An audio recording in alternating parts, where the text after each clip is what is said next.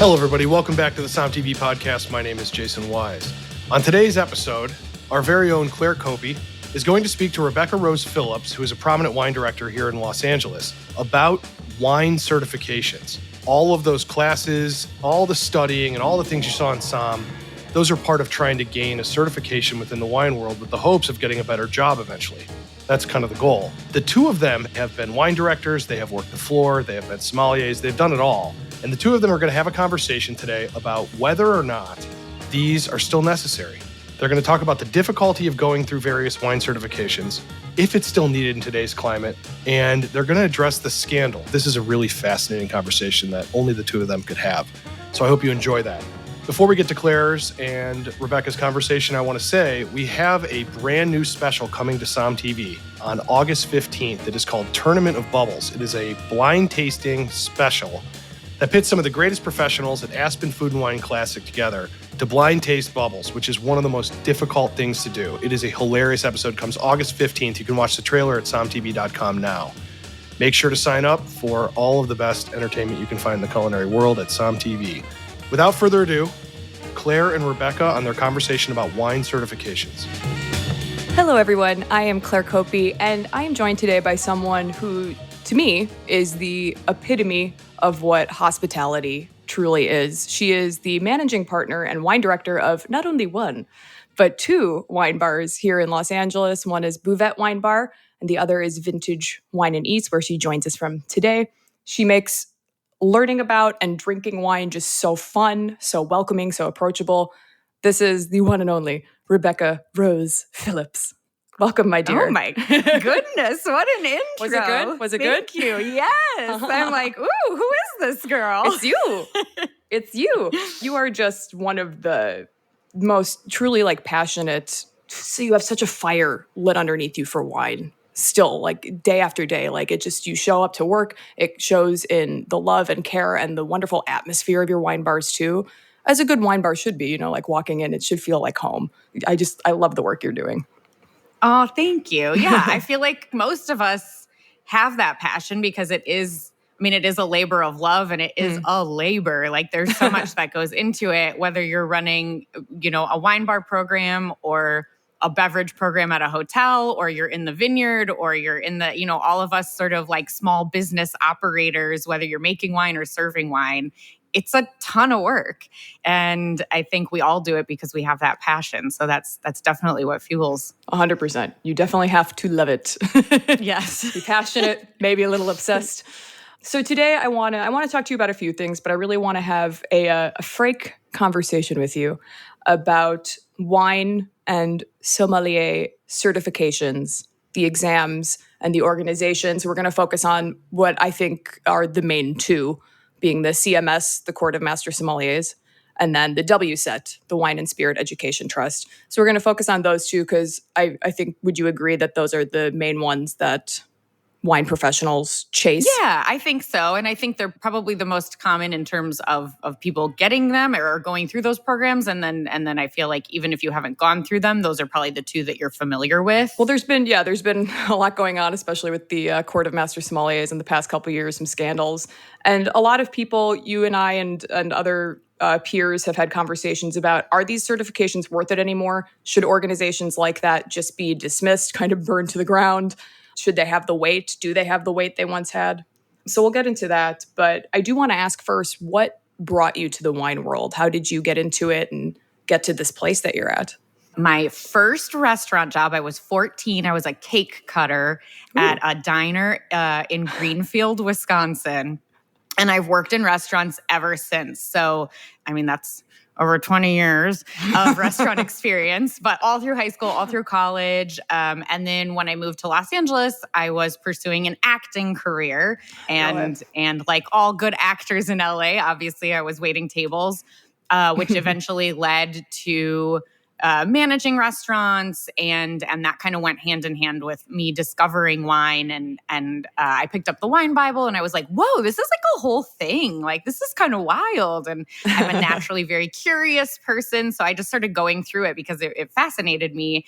And then once I fell down the rabbit hole, it was a quick fall. I just fell in love with it, and I think that is one of the things that is still so exciting about it, is that you'll never learn it all. There's always something more to learn. And I think that's what keeps it interesting. And as you know, it's just like, it's economics, it's geology, it's history, trends and history and all this amazing stuff.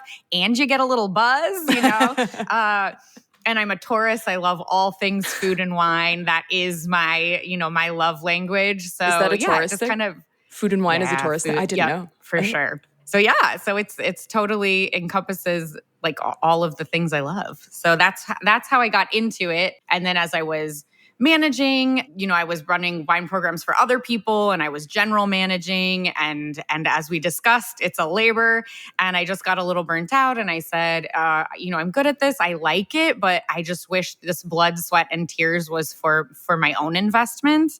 And so I decided to take some time off to just, that's it. I'm going to clock in and clock out. I don't want to manage people. I don't want to do anything. I'm just going to take a break. And then I met my business partners, and a few months later, we, instead of taking a foot out, I dove straight in. Yeah, that's the opposite. Yep, exactly. So yeah, that's how we got here. We opened Vintage in 2019, about 9 months before the pandemic. and then Buvette was sort of always that we actually intended to open first. And then we hit all kinds of crazy permitting issues with the city.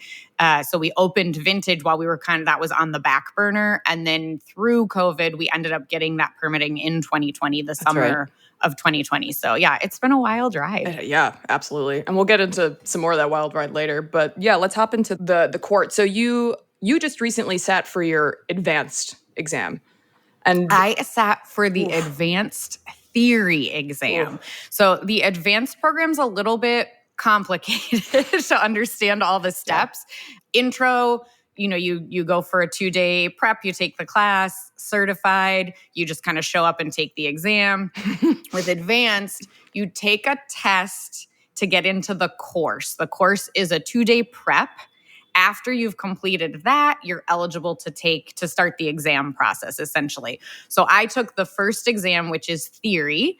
They're now doing that at a Pearson testing center. So you can take it in whatever city you're in. You show up, they literally pat you down. You go into a room with computers, and they watch you take the exam.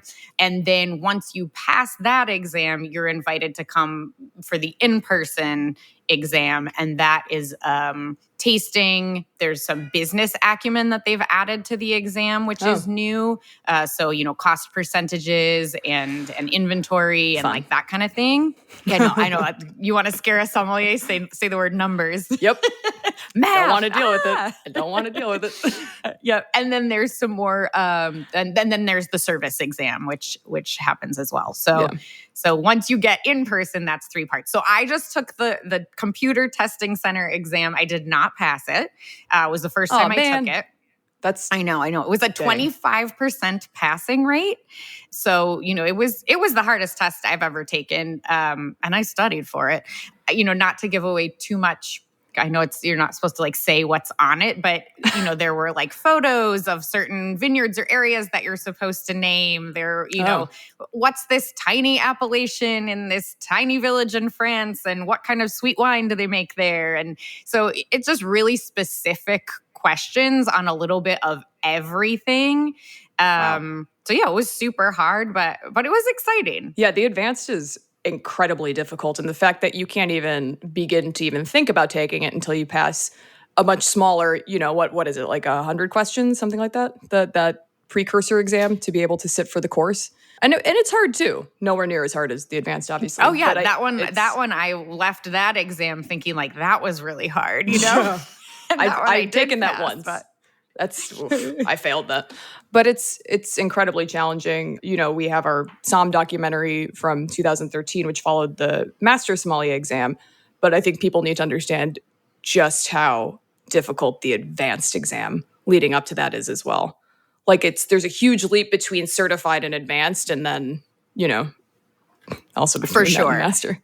I've also heard that it is harder now because they've, and kind of going back to the scandal and the changes that they've made, that it has become a little bit more difficult now. So I don't know if that's true. I didn't take it before, but that's what I've heard. So let's talk about the scandal a little bit. So do you want to tell us about what happened? So basically, Me Too, that wave, it hit everybody, and the wine industry was no different.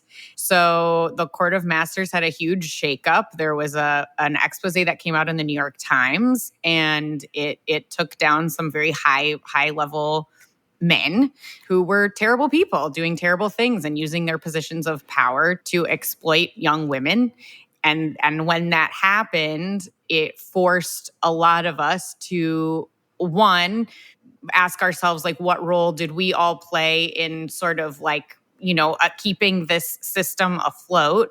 And then two, should everything sort of be burned to the ground, like you said? Are we just going to get rid of the whole thing, or do we rebuild it? And in what capacity do you want to be a part of it? Like, do you want this accreditation, or do you no longer want your name associated with any of it? Yeah. So it was a kind of a crazy time, and social media is, you get to see everybody's opinions and everybody's what they're thinking and feeling and doing. So I feel like it was a really heated moment. I think it settled a little bit, but yeah, that was my sort of like my experience of it.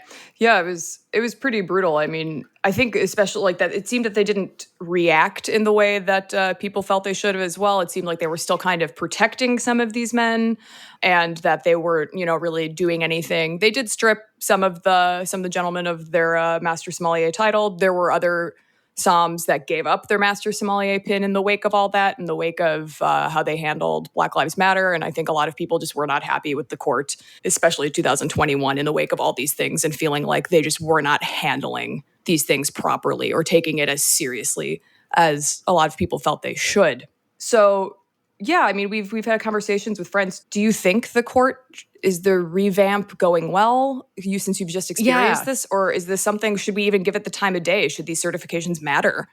I think it's interesting because I think that a few things. One, when situations, and everything was so heated and everybody wanted them to come out and like say this, statement or do this. And I'm not saying they handled it perfectly by any means, but I do think things move slowly. Like when you have, a group of people who, most of the, the people who are the master somms who are on the board, all of that, it's a volunteer position. Everybody has full-time jobs in addition to their roles. I mean, I'm sure they have a few full-time employees, but for the most part, those people, it's a volunteer position. So you're trying to get like 20 people all on board at the same time to sign off on a statement, to do a thing, whatever. And maybe that was the moment where they should have dropped everything and handled it better. But I do feel like part of it is organizations just move slow. So I think that was part of it. I am really encouraged by the changes that have been made, but I do think it's just tricky because, there are certainly some like hospitality colleges you could go to or whatever. But for the most part, when you talk about WSET and CMS, those are the two accreditations that we look for, or those are the benchmarks that we say, hey, I've passed this exam, I have this pin, or I'm a WSET 3, and then you or I can quickly calibrate like, oh, I understand what like level of knowledge you have, or I understand what, it's like a marker on your resume, right? I've got a master's, I've got a bachelor's degree or whatever it is. Yeah, it gives us this kind of like way to calibrate somebody's experience and their acumen. So it's tricky because if you throw the baby out with the bathwater, who's going to start it? Who's going to start a new organization or a new accreditation? Yeah. Which is not impossible, but I just feel like also all of the people who worked their asses off to get those pins and that like, great, so now that means nothing. Like we're just going to burn the whole thing to the ground. And that was how I felt about it. If I was a woman, let me be clear, I was in no way personally affected. I did not have any interactions with any master sommeliers that were inappropriate. I never felt like I got taken advantage of. So if I had been one of those women who was assaulted, let's just be frank, I might feel differently. I might say, yes, burn the whole thing to the ground, because that experience is, I can't walk in those shoes, and I don't know how that would feel. But I know there's a lot of good people who were a part of it as well. So, hopefully everybody's just learned from it. And I am encouraged by the changes that I saw when I went to the course. I think the thing that I really liked is they did not shy away from it at all. It wasn't like this elephant in the room. There was a good, Oh, really? when we sat down, we walked into the room, and the first hour and a half was, we fucked up. Here's what we're doing to change it. So, Okay. one of the biggest things is, before, it was just being run by all of the men who were in charge. Yeah. So now it's being run like a normal nonprofit organization, where you have board members who are not master sommeliers. Their Right. job is to just be a board member of a nonprofit organization. So they've changed the structure of how it's run completely. They've added a board of diversity and inclusion. They've added a third party to investigate any wrongdoings. I know there's some mixed feelings about how that was handled, but they just straight up were like, yeah, this was a terrible, terrible thing that happened. It almost took us down, and here's what we're doing to fix it. And I felt like by addressing it so head on, it put people at ease, and it made us all feel a little more comfortable. Instead The of just director brushing of it off. education, yeah, totally. Melissa Monosoff is just so positive and such a ray of light, and it just the whole thing felt really positive. So I don't know if excluding the bad apples is like allowing the good people to shine in this moment, but it feels like it's all being addressed, and change is slow, but I feel like because it's on the forefront of everybody's minds, it's being addressed in a positive way. I'm assuming that wanting to go for your advanced level was always kind of a goal, like a dream of yours, ever since starting the certification process. It certainly was for me. So when this happened, did you take like a step back? Were you like, ooh, do I really want to do this? Because it's a lot of money too, we should mention. Like, it's thousands of dollars that you're putting into the, examination fees, the travel, it's a lot. And then of course having to taste all these wines.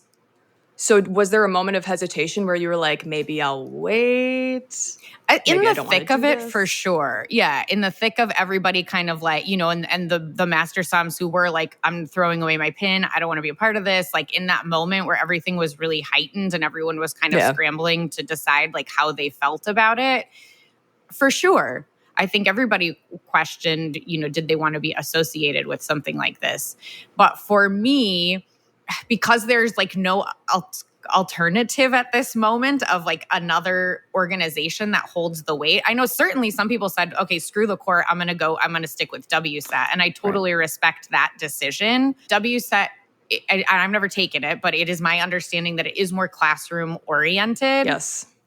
And I've always liked that the court was hospitality oriented, because that's what I've done. That is where my experience lies. So for me, when the dust kind of settled, and when they did announce, and I logged on to all of the listening sessions that they did with all of the women sommeliers, and it just felt like they were really taking everything to heart, and like really hearing what people's concerns were. So in those conversations, I felt comfortable moving forward. And I've just always felt, there are 168 master sommeliers through the United States. The number is larger when you look at the UK. But through Court of Master Sommeliers America, there's 168. 25 of them are women.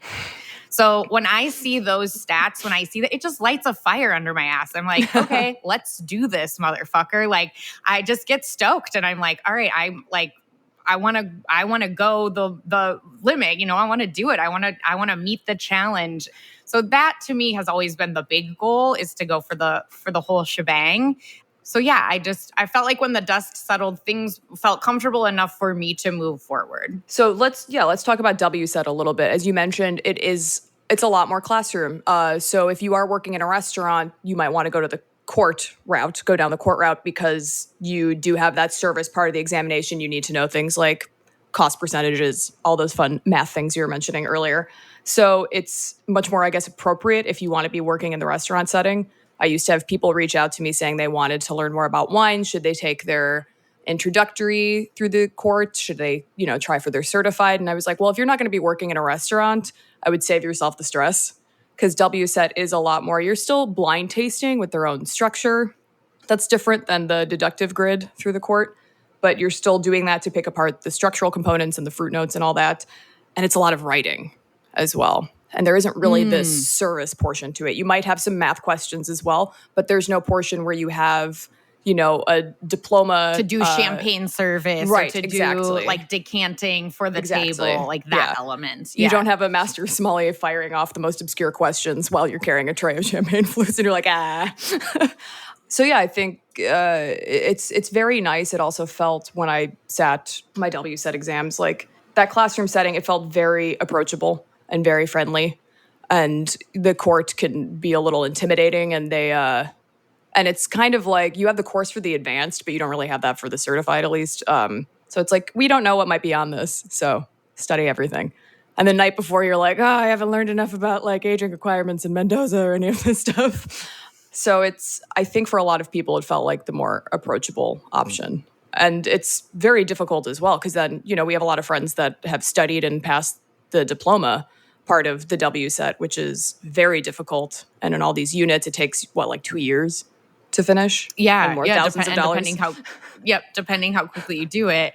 And even with that, I mean, I know plenty of people who are like, I passed, it took me 2 times to get through, sparkling or whatever it is, the winemaking portion or whatever. So yeah, it feels like, I mean, it's equally as difficult, but just maybe in a different brain space. Yeah.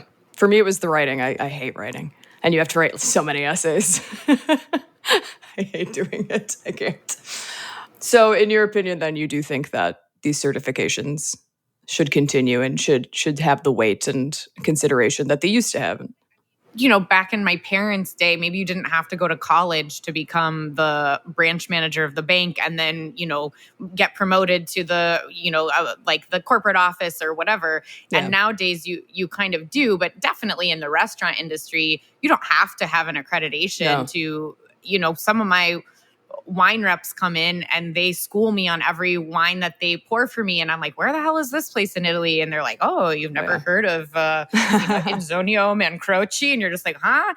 So like, certainly if you've spent 50 years in the industry, you know way more than I know because I studied and passed a test. Yeah. So I do think there's like different, exactly. Like, so there's different ways, but for somebody who either, wants the challenge of passing the test or standing in front of a panel of people and blind tasting verbally 6 wines in 25 minutes, I feel like there's something to that is like the challenge is exciting. But if you're just looking for, somebody who's super knowledgeable, certainly experience in the industry can give you that. You don't need an accreditation. No. But it's a nice place to start. Certainly for people who are, I love wine. I've always loved wine. I want to learn more about it. What should I do? Where should I go? It's a nice place to start to kind of get your feet wet. Absolutely. That's why I did it. Was I didn't have the restaurant experience from the wine side, but I knew that this is what I wanted to do. So I was like, this will help me study. This will help me get more serious, take it a level up. And as I'm eventually, paying my dues in the restaurants, in wine bars, stuff like that, at least I have these, I've studied and I've gotten these certifications. Gives me a little something, while I'm getting the experience. I mean, it definitely gives you a little more bragging rights than like a bartender certificate. Like, all those like fake bartending schools where they teach you how to make like a fuzzy navel or something. And people are like, oh, don't drink this. And then you like apply for a restaurant job and people are like, I drink fuzzy navels all the time. What are you talking about? I honestly have no idea what that even is. And I used to be a bartender. I think it's like a peach drink. So you and I need to go out and have some fuzzy navels is what I'm picking up. It's got to have been really tough, not only just studying for this exam, but also running these 2 establishments and not just, the typical angst and stresses of running an establishment, but also on top of that, we had a couple rough years there with COVID. Yeah. Which was the worst time for restaurants. And it's still affecting you. I mean, Yeah, it is. I mean, I think the biggest lesson I've learned is the freezer's always going to break. The numbers are always going to be off. Like you're always going to need more sales than you have. The numbers might be smaller and you want them to be bigger, but you're still going to be like trying to make your labor percentage work and all of that stuff. Like I think the last 3 years was all of that just on crack. like all of it just amplified, Yeah. So I think the biggest lesson I've learned is if you can keep your 2 feet on the ground, and if you can keep your mental sanity and your attitude in check, and like take care of yourself first so that you can take care of others, it just was like that is because it's always going to be something. It just always will. So like coming out of COVID, we're like, okay, it's outdoor only. Okay. It's indoor, but 6 feet apart. Okay. You can get a partition. You can, so we're jumping through all of these hoops constantly. Yeah. And then we come out of it. We're like, okay, it's a recession. The great SAG-AFTRA is striking and the writers are striking, which really affects us in Los Angeles. I mean, most of my clientele works in the film and television industry. So it's like, okay, I guess that's why we were slow on Saturday, Or you're like, okay, it's the Monday after a long weekend 2 weeks ago. I think we'll be busy at 6, but we're going to slow down by 8. It's always like you're trying to crystal ball the situation and figure out why you're up, why you're down. But that never changes. So if you're working on a small scale and you're like, yeah, our sales are really small because we're only running a tiny patio, it's all percentages and you're just trying to make it work. So if that's the case, sure, it would be nice if we were busier all the time, but you're always going to be saying that, right? You're always going to be wanting more. And so I think the biggest lesson is just like you have to control your own mentality, and then because you have to be a palm tree. You have to be able to sway with the wind. Ooh. Because it just like the waves are not going to keep, they're not going to stop. It's going to keep coming. It just might take a different shape or form. So that I think is the biggest lesson. And on my good days, I can remember it. And on my bad days, I'm like, why did I do this? I was going to say, you need to like help me out with that. Like, what are you meditating, or I need to get on your level? I mean, the wine helps.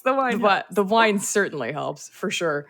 Well, thank you so much for chatting with us about the court, about WSET, about these organizations, certifications. Like you said, you absolutely don't necessarily need them to be an incredibly intelligent, successful, badass sommelier wine professional, but it's really encouraging to hear that there are these changes that are happening. And I agree with you. You put in all that hard work, why just throw it out the window? It's not necessarily fair to the people that have worked hard and not assaulted people. So thank you for chatting. And I highly encourage all of you who live in the Los Angeles area to visit Buvette, visit Vintage Wine and Eats, because they're amazing places. They're so much fun. Rebecca has amazing things happening every day of the week. She's got Taco Tuesday. She's got grilled cheese on Wednesdays or Thursdays, is it? Yeah, grilled cheese Wednesday. And this Thursday we're doing our annual Brats and Beaujolais celebration. So I'm grilling up a ton of brats, and then we're going to pair it with a flight of Beaujolais. So I will be there. We've always got something up our sleeve. You do. You've got karaoke nights. It's amazing. It's such a fun space to be in. And where can everybody find you on social media if they want to check it out? Oh, Let's Taco, TACO, Bout Wine is my Instagram and TikTok. And then Vintage Studio City and Buvette LA are our also Instagram and TikToks for the wine bars. Well, thank you again, Rebecca. I hope you have a wonderful rest of your day. And cheers.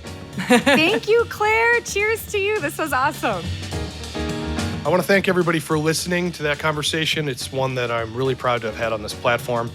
I want to remind everybody that we have our Tournament of Bubbles coming to Som TV. It is a great special, August 15th. So go check out the trailer right now on Som TV. That's playing free, whether you're a subscriber or not. You can watch the trailer. And we want to know what you guys think about the conversation that just happened. Are you going through a certification? Hit us up on social media and let us know. And if you love this podcast, please remember to give us a great review wherever you listen. Thank you, John Adams, for producing, and thank you, Claire and Rebecca, for being guests. Really appreciate it. Everybody, please be safe and have a great drink for me.